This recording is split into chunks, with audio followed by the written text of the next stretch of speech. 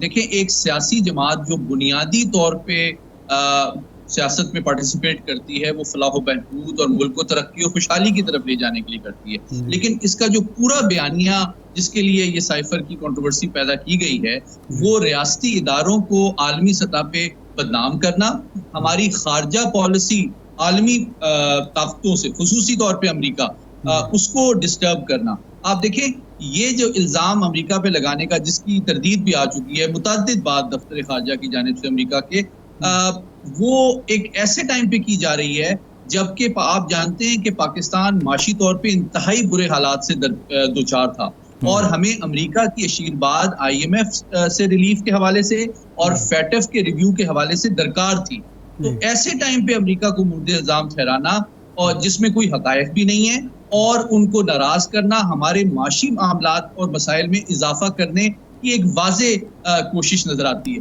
دوسرا معاملہ جو ہے جو اس سے زیادہ حساس ہے، دیکھیں پاکستان کی افواج اور سیاسی قیادت کا جو اعلیٰ ترین ڈیسیجن میکنگ فورم ہے وہ نیشنل سیکیورٹی کمیٹی ہے، جب اس کو بھی آپ پولیٹیسائز کرتے ہیں اسی سائفر کنٹروورسی کے حوالے سے تو اس کو بھی آپ ڈسکریڈٹ کرتے ہیں، اور اس ادارے کا آپ کو پتہ ہے سوئفٹ ریٹارٹ کے حوالے سے بہت اہم رول ہے اور اس کو ہمارے علاقائی جو حریف ہیں اور عالمی طاقتیں بہت سنجیدگی سے لیتی ہیں کیونکہ اس کی بڑی ہمارے ڈیٹرنس کی کریڈیبلٹی کے حوالے سے سگنلنگ کے حوالے سے بہت حساس اہمیت ہے۔ جب اس کو آپ داخلی سیاست میں ملوث کرنے کی کوشش کرتے ہیں تو ہمارے اعلیٰ ترین جو اسٹریٹجک ڈیسیجن میکنگ کا فورم ہے اس کو بھی آپ ڈسکریڈٹ کرتے ہیں۔ اور تیسرا جو پہلو ہے وہ یہ ہے کہ ہماری جو دفتر خارجہ کا جو نظام ہے عالمی طور پہ کمیونیکیشن کا سائفر کے ذریعے ہمارے سفراء پوری دنیا سے وہ رابطے میں رہتے ہیں اور انفارمیشن اور اپنی رائے اور تجزیات وہ روزانہ کی بیسس پہ بھیجتے رہتے ہیں۔ جب آپ اس کو بھی ڈسکریڈٹ کرتے ہیں اور ہمارے سفراء اور سفارتکاری کو بھی ڈسکریڈٹ کرتے ہیں تو ہماری خارجہ پالیسی اور ہمارے دفتر خارجہ کی جو کریڈیبلٹی ہے وہ بھی متاثر ہوتی ہے۔ لیکن ان تمام چیزوں کو اگر آپ مجموعی طور پہ دیکھیں تو یوں لگتا ہے کہ یہ ایک ایسی سازش ہے جس میں ایک سیاسی جماعت ہمارے قومی سلامتی کے اور خارجہ پالیسی کے حساس ترین معاملات کو استعمال کر رہی ہے ایک جھوٹا بیانیہ گڑھنے کے لیے جس کے ذریعے عالمی سطح پہ ہمارے تعلقات بھی خراب کیے جائیں، ہماری معیشت کے مسائل کو بھی میں بھی اضافہ کیا جائے اور ساتھ ہی ساتھ علی صاحب اب یہ جو آپ نے بیان کیا کہ ایک عالمی سازش ہو سکتی ہے پاکستان کے امریکہ کے ساتھ تعلقات خراب کرنا، اپنے اداروں کو بدنام کرنا، عدم استحکام پیدا کرنا، اس کے دو تو نتائج ہونے چاہیے۔ اول تو ایک سال گزر گیا تو حکومت کو چاہیے تھا کہ اس کو سیریس لے کے ساری کمپین کو انہیں کچھ نہ کچھ کرنا چاہیے تھا۔ سرکاری سطح پہ اگر کوئی تحقیقات سپریم کورٹ سے کرا لی جاتی اور پھر جو لوگ بھی ملوث پائے جاتے ان کو سزا ملتی، وہ تو خیر نہیں ہوا، پورا سال صرف یہ اس پر ڈیبیٹ ہی چلتی رہی۔ لیکن اب کیا حکومت کا یہ فرض نہیں بنتا کہ انٹرسیپٹ کے خلاف عالمی عدالت میں یا کسی بھی فورم پر جو قانونی فورم ہے امریکہ میں کوئی کیس کیا جائے اور یہ سارے پوائنٹ جو آپ بیان کریں اس کی بنیاد پر، تاکہ ہمیشہ کے لیے دروازہ بند کر دے، آج انہوں نے کیا ہے کل کوئی اور اٹھے گا غیر ذمہ دار اور وہ یہ شروع کر دے گا؟ دیکھیں اس کے دو پہلو ہیں کیونکہ قانونی آپشنز کیا ہیں اس وقت ہمارے پاس۔ پہلی بات آپ کی بات سے میں ایگری کرتا ہوں کہ ڈیفینیٹلی اس کو شروع میں ہی اس مسئلے کو ریزالو ٹائملی کر لینا چاہیے تھا اور اس کی پراپر ایک انڈیپینڈنٹ انکوائری کر کے قانونی چارہ جوئی کر کے اس کو حقائق تک عوام کے بھی سامنے لانا چاہیے تھا اور تاکہ بار بار یہ معاملہ سر نہ اٹھے۔ دوسری آپشن ایک اور بھی ہے، دیکھیں چونکہ ایک اگر یہ جو فورم ہے انٹرسیپٹ یہ امریکہ میں ایک پبلیکیشن کے طور پہ رجسٹرڈ ہے تو جو امریکی قوانین بھی ہیں اس میں میں بھی امریکہ میں رہا ہوں اور وہاں میں نے کافی عرصہ کام کیا ہے، تو وہاں پہ جو ڈیفیمیشن کے حوالے سے قوانین بڑے سخت ہیں۔ آپ بغیر کسی ثبوت کے کسی بھی ادارے یا شخص کو مورد الزام نہیں ٹھہرا سکتے اور اگر آپ یہ پروو نہ کریں تو آپ کے اوپر بہت بھاری جرمانے عائد ہوتے ہیں۔ اور میں آپ کی توجہ مبذول کراؤں گا، برطانیہ میں آپ کو پتہ یاد ہوگا کہ کئی ہمارے چینلز جنہوں نے کچھ غیر ذمہ دارانہ الزامات بعض افراد کے حوالے سے لگائے تھے، ان کو ڈیفیمیشن کے حوالے سے کافی بھاری جرمانے عائد کیے گئے تھے۔ نہیں، news of the world, news of وہ جو بہت بڑا برطانیہ کا اخبار تھا نیوز آف دی ورلڈ، وہ بند ہو گیا اسی بیس پہ۔ جی ہاں بالکل۔ تو میں سمجھتا ہوں کہ یہ قانونی جو معاملہ ہے یہ امریکہ کے قوانین کے تحت اس پبلیکیشن، اور آپ جانتے ہیں چونکہ آپ خود میڈیا سے واقف ہیں کہ اس کے جو قوانین ہیں اس میں صرف پبلیکیشن، رائٹر، رپورٹر، ایڈیٹر، وہ سب ان کے خلاف قانونی چارہ جوئی ہو سکتی ہے۔ اور ڈیفینیٹلی یہ تو انہوں نے بہت بڑی غلطی کی ہے کہ ایک ایسے ٹائم پہ جبکہ ان کو اپنا سیاسی مستقبل کھٹائی میں جاتا ہوا نظر آتا ہے، ایک بڑی کوشش کی ہے کہ دوبارہ جو ہے ایک بھونڈی الزام کو ریوائیو کیا جائے۔ تو میں سمجھتا ہوں کہ انہوں نے ایک موقع فراہم کیا ہے کہ دوبارہ سے ریاست جس نے میرے خیال میں ٹائملی اور افیکٹو کارروائی نہیں کی تھی، وہ قانونی چارہ جوئی امریکی قوانین کے تحت امریکہ کے اندر اس پبلشر، ایڈیٹر، رپورٹر اور اس کے سورس کے حوالے سے بھی کر سکتی ہے۔ بالکل ٹھیک، بہت شکریہ سید محمد علی صاحب، آپ ہمارے ساتھ تھے۔ ایک بریک کے بعد دوبارہ حاضر ہوں گے۔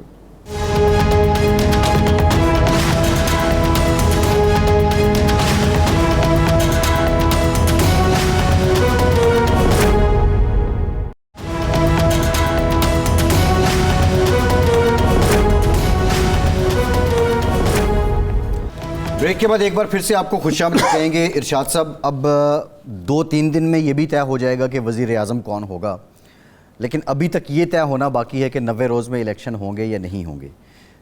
پیرالل دیکھا جائے تو پاکستان کو جو IMF نے بھی یہ جو ایک سٹینڈ بائی ایگریمنٹ تھا اس میں $1 ارب دیے تھے، پھر دوسرا جو $1 ارب ہے وہ نگراں حکومت کے دور میں آنا ہے، اور پھر تیسرا $1 ارب تب آنا ہے جب نئی حکومت بن جائے گی، کیونکہ ساری جو سچویشن ہے اس کو اکانومی کے ساتھ جوڑا جا رہا ہے، لینڈنگ ایجنسیز کے ساتھ جوڑا جا رہا ہے، دوستوں کے تعاون کے ساتھ جوڑا جا رہا ہے، اور یہ کسی حد تک حقیقت بھی ہے۔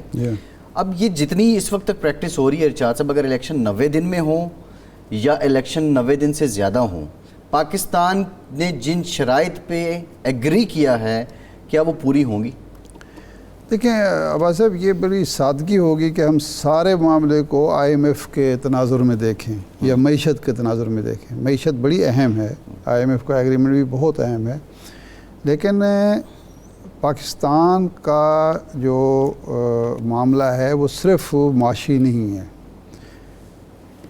پاکستان سی پیک کو اس میں ڈالیں، وہ صرف معاشی ایشو نہیں ہے۔ جی، روڈ اینڈ بیلٹ کا جو پروجیکٹ ہے یا سی پیک ہے وہ صرف اکنامک ایشو نہیں ہے، چائنا کا تو نظریاتی ایشو ہے۔ ایک ہے اس کا ایک جو گلوبل پالیٹکس ہے، پھر جو اس خطے کی پالیٹکس ہے اس سے تعلق ہے، جی، ری گروپنگ جو ہو رہی ہے اس میں اس کا تعلق ہے۔ ہم اگرچہ ہمارا مفاد بھی اسی میں ہے، ہم کہتے بھی یہی ہیں، عملاً بھی یہی صورتحال ہے کہ ہم کسی گروپ کا حصہ نہیں ہیں، جی، لیکن اس ری گروپنگ میں چائے بغیر بھی چارہ نہیں ہے۔ جی، اور یہ ہمارے سفارتی مہارت یہ ہوگی کہ ہم ماضی کی طرح ایک دور میں جب چین میں اور امریکہ میں مناقشت تھی، امریکی چین کا اور پیکنگ کا نام سننا پسند نہیں کرتے تھے، اس وقت ہمارے دونوں کے ساتھ تعلقات تھے، جی، ہم ان کے بھی چاہتے تھے، ان کی بھی چاہتے تھے، ہم ادھر سے بھی فائدہ اٹھا رہے تھے، ادھر سے بھی فائدہ اٹھا رہے تھے۔ وہ بیلنس برقرار نہیں رہا، اب ہم نے بیلنس برقرار رکھنا ہے، یہ ہماری مجبوری ہے۔ یہ ایک دوسرا پہلو ہے اس کا۔ تیسرا پہلو جو ہے وہ یہ ہے کہ انڈیا جتنا بڑا ایک افریت بنتا جا رہا ہے معاشی حوالے سے، جی، $600 ارب پہ وہ چلا گیا ہے، ریزرو ان کے جو ہیں۔ اب اس کو ہم دیکھتے ہیں معاشی پہلو سے نہیں، اس کی وجہ سے وہ دنیا کو اب ڈکٹیٹ کرانا شروع ہو گیا، جی، یعنی ہماری اور چین کے ساتھ تجارت کتنی ہے اور انڈیا کی تجارت کتنی ہے، جتنی امریکہ کی ہے اتنی انڈیا کی چین کے ساتھ، انڈیا کی 5-7 ارب ڈالر کا فرق ہے، ٹھیک ہے نا۔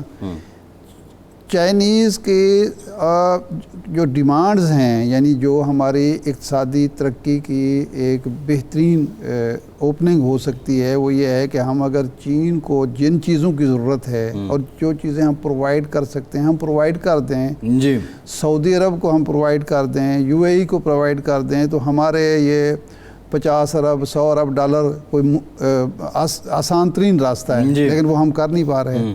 تو اس لیے ہمیں یہ سارے پہلوؤں پر بیک وقت غور کرنا ہوگا، آگے بڑھنا ہوگا۔ جلیل عباس جیلانی صاحب کا نام اس کنٹیکسٹ میں موضوع ہے؟ جلیل عباس بھی موضوع ہے، لیکن ہوگا وہ آدمی جو نقوی سیکنڈ سکندر راجہ صاحب جو چاہیں گے۔ ارشاد صاحب بہت شکریہ، آپ کا پروگرام ختم ہو گیا، آج کے پروگرام سے اتنا ہی، اجازت دیجیے۔